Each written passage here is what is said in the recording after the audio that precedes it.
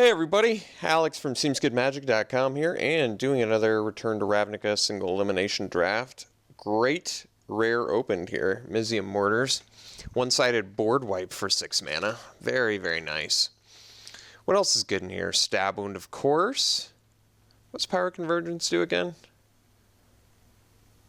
That's a tough card to play. 5 mana enchantment that requires other things to do things. Not the best. Avenging Arrow is playable. I actually like the Rage Mutt. This card is good. The Monitor is good. The Electromancer. Griffin's playable. Alright, Mortars. You got me. Street Spasm. Seems like a good follow-up. Stays with our first pick quite well, and is a strong card. We'll have a bunch of one-sided board wipe spells. This will be great. I like the Scorpion. I like the Guardian. And I guess that's it. So this either moves us into an Izzet or Rakdos deck, I believe, right? I think those are the only two red guilds in this format, at the very least. Cryptborn Horror. This card's not good, right? Yeah, this card's too hard to play. I'd much rather take like a Dead Reveler or something, since we can't get a red card. Yep, Reveler is good. I'll take it. Okay. So, we've got an Impact, which I guess we could take. Otherwise, it's a Dynacharge. Not really excited about either of those picks. But, I mean, they're both playable. Just neither is very exciting. Just because it's a little bit expensive. But it can hit face. I just don't like getting it this early because if I see it again later, I'm not going to want a second one. So it seems a bit early to take it. But same thing with Dynacharge too. And they're good white cards, but white-red just isn't a guild yet, so not until Gatecrash. So it's kind of pointless to try and go down that path and then what, not play Mizium Mortars or Street Spasm? And I mean, you can splash both of these cards, but Mizium Mortars does not want to be splashed. It demands that it's not splashed. All right, here we can take the Swindler, Batterhorn, Deviant Glee. I think those are the three cards. We'll probably just take the Swindler, which is a fine card. A bear. Not super exciting, but oh yeah, this card's actually okay. Otherwise, I could take the Deviant Glee, which I might be a little bit more up on now, but I'll still take the 2-drop. You can never really have enough 2-drop creatures in a Rakdos deck. All right, so now we have the Key Rune. We've got a Launch Party, a Shred Freak. All of these cards are fine. I may just want the Shred Freak because I want to be aggressive. I could just take the Key Rune because fixes for mana and First Strike's decent. Launch Party kills things, but requires you sack a creature, which isn't always so easy. But it does make your opponent lose life too. I'll probably just take the Shred Freak. You can never really have enough 2-drops in a Rakdos deck. So we can take the Pursuit. We'll probably just take another Shred Freak over the Saber, over the Impact, over the Pursuit of Happiness. It's a bit of an unexciting pack for us. I think we'll take the Perilous Shadow, which is playable. There's a Swift Justice in here, which is good. I like Judge's Familiar. Aggressor's too expensive, and Scorpion is too far away from what we're doing. I see. Well, we can take the Rage Mutt now. Lifelink Hastiness is pretty good. The unexpected nature of it makes this card pretty nice, actually. I like the Spawn of Rix Mad-Eye, too. This card's good. 5 mana, 6/4. That is aggressive. All right. Take a second Perilous Shadow. I really don't want to play 2 of them, though.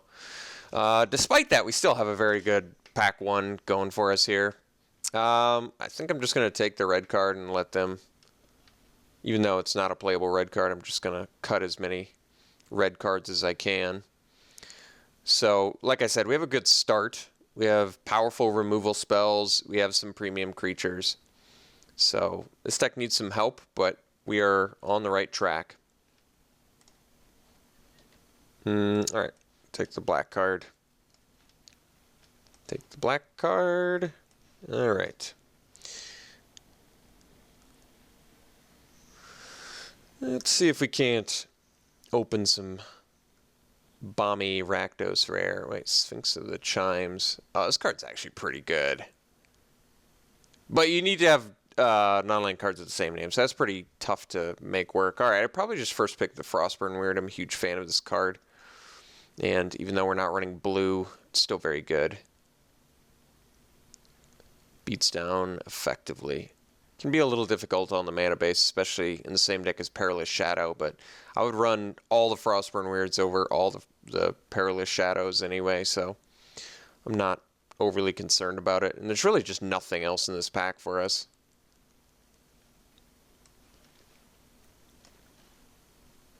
Ooh, I remember this Flailer is really good.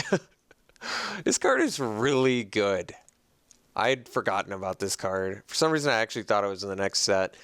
What's funny is, I meant Dragon's Maze. But Volatile Rig would actually be really good for our deck too, but we're definitely taking the Flailer. 3 mana, 4/3, sack it, deal 4 damage to a player. This card is pretty absurd. The damage output is real, my friends. Alright, what do we have now? So we can take a second Rage Mutt, or we can take a second Spawn of Rix Mad-Eye, or we can take Electrickery. All these cards are fairly underwhelming just because I feel like our curve is already high enough. Like, I've got 2 5s and a 6-drop. If at all possible, I'd like to keep the curve lower than that. I think I might just take the Electrickery.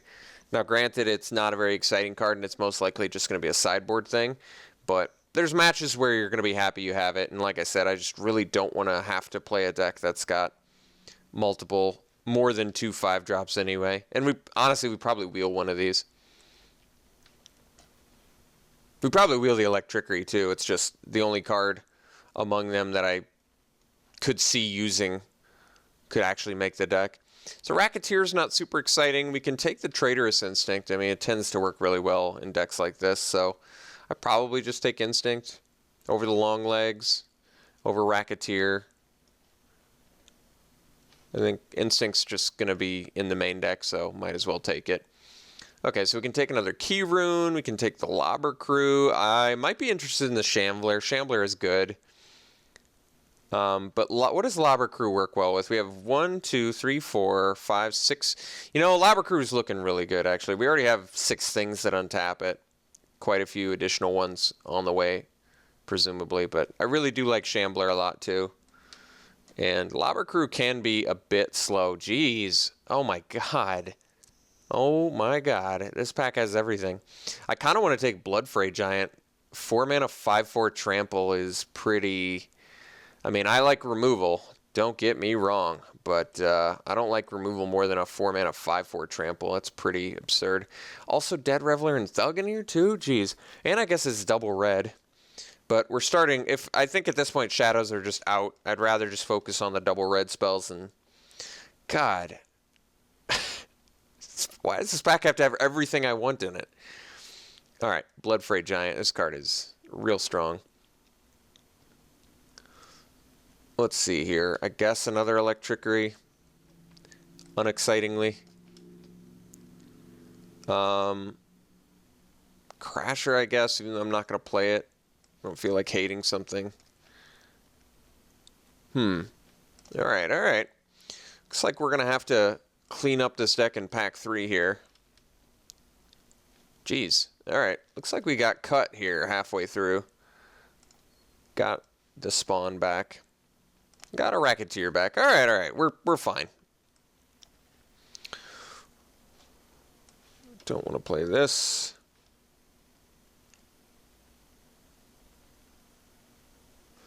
Probably don't want to main deck this. Anything else? I'd prefer to not main deck 2 Spawn of Rick's Mad Eyes and a Rage Mutt, but if I have to,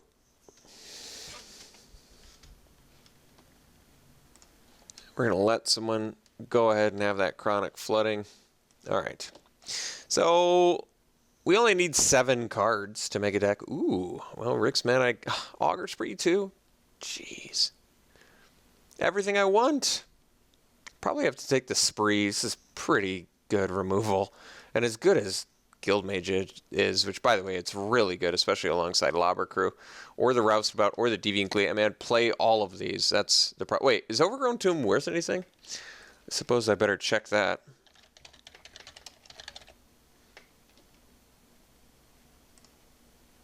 It is worth 1 ticket, so we'll take a better card. We'll take the Augur Spree. And be happy that we have a powerful card that kills things.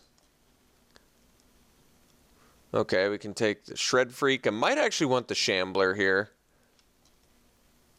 because evasion and scavenge is good. Could take the Saber. We do have some actually really good bodies for that. Flailer especially. You end up dealing 6 damage to target player. It's pretty good. Or else I can take another Shred Freak as well. Shambler versus Shred Freak. Shred Freak's quicker. It kind of gets the ball rolling a little bit faster, which I like. But Shambler has the added bonus of being potentially unblockable with Scavenge. That's some pretty big upside. I think we're going to do Shambler. Okay, another Augur Spree. Jeez. But we also have Thug. We only have 13 creatures, and we want to lower the curve quite a bit, and we probably don't want to main deck the Electricity. Everything else is presumably okay. And if in a pinch I can run 17 lands, but I'd prefer to make this a 16 land deck if I can. Probably have to take Augur Spree. It's just a little bit too good to pass. Splatter Thug is really good too, though. That's tough, but I'm going to opt for the removal here. Ooh, there's our Chainwalker. So we'll take the Chainwalker over the second Sewer Shambler and maybe get the spawn back. We'll see. Okay, get another Shred Freak, which... Oh, well, I guess we'll take Stab Wound. Yeah. No looking back on that one. Stab Wound is good. Still seeing these late Dreg Manglers. Card's really good. We'll take the Vermin. Don't really want to play it, but I guess I have to. Ooh, Dead Reveler or a second Stab Wound. Well, I don't really want to run Drainpipe Vermin, so I could take a second Reveler. Stab Wound is pretty awesome, though. It's a way to win.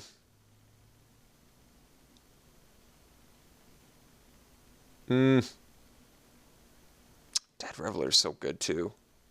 In this style of deck. There's so much damage output. Plus, I do want to cut some of these top-end 5-drops. I think I'm going to take the Reveler over the second Stab Wound. I know, there's going to be people freaking out. Dude, how could you pass a Stab Wound? Calm down. Take a breath. It's okay. You don't need to take every single Stab Wound you see. I got it. Calm down. All right. So, probably take the Roustabout over the Glee here.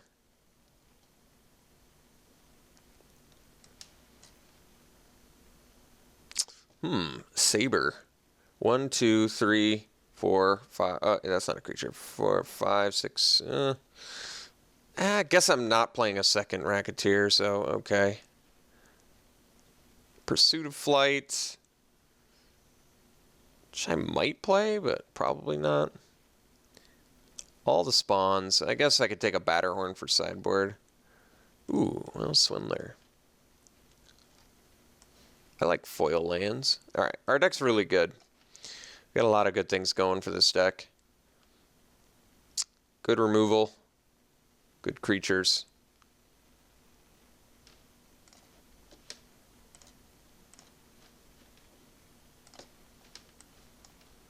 Let's cut these. Gotta cut 2 more cards. If I want to run 16 lands, which I do. So how many things do I have that Civic Saber actually interacts with, you know, a little more than +1/+0? We have 1, 2, 3, 4, 5, 6, 7 guys. That's not bad. But the thing is, I'm probably not playing all of these 5 drops. Or maybe I just want to cut the explosive impact. It's a good card. It just seems like we're not going to need it, right? What's our removal? What do we have?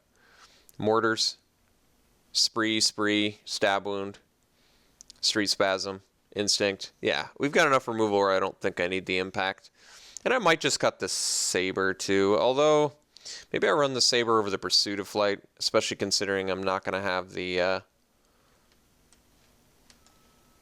not going to be able to activate it. Not that that matters too much, but...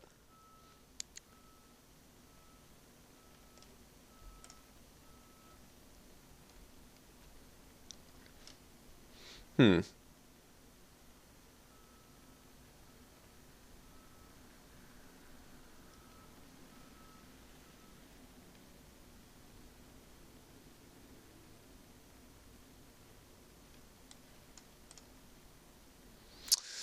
Hmm.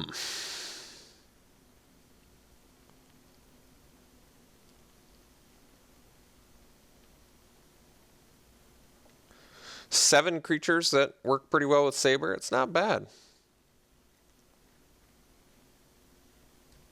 I guess we could run it like this.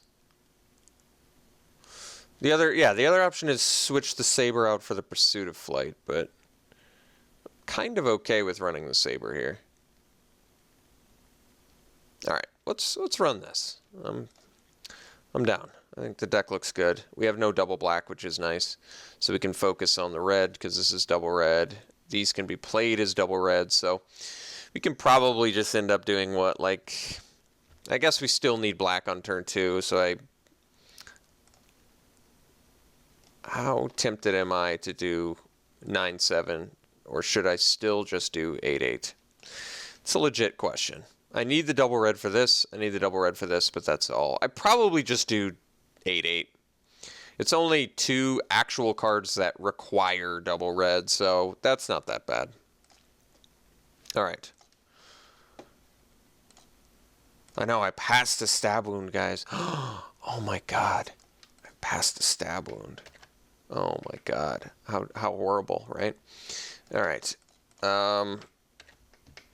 That is one thing I'd forgotten about with this format is the obsession people have with Stab Wound. I almost wish the card wasn't in the set so people didn't talk about it so much. Josh Frankel brought that up during the draft too, how obsessed people get with Stab Wound. Yeah, it's a great card. I agree with you. Yeah, I guess this is it. So we'll run it like this. We'll see you round 1.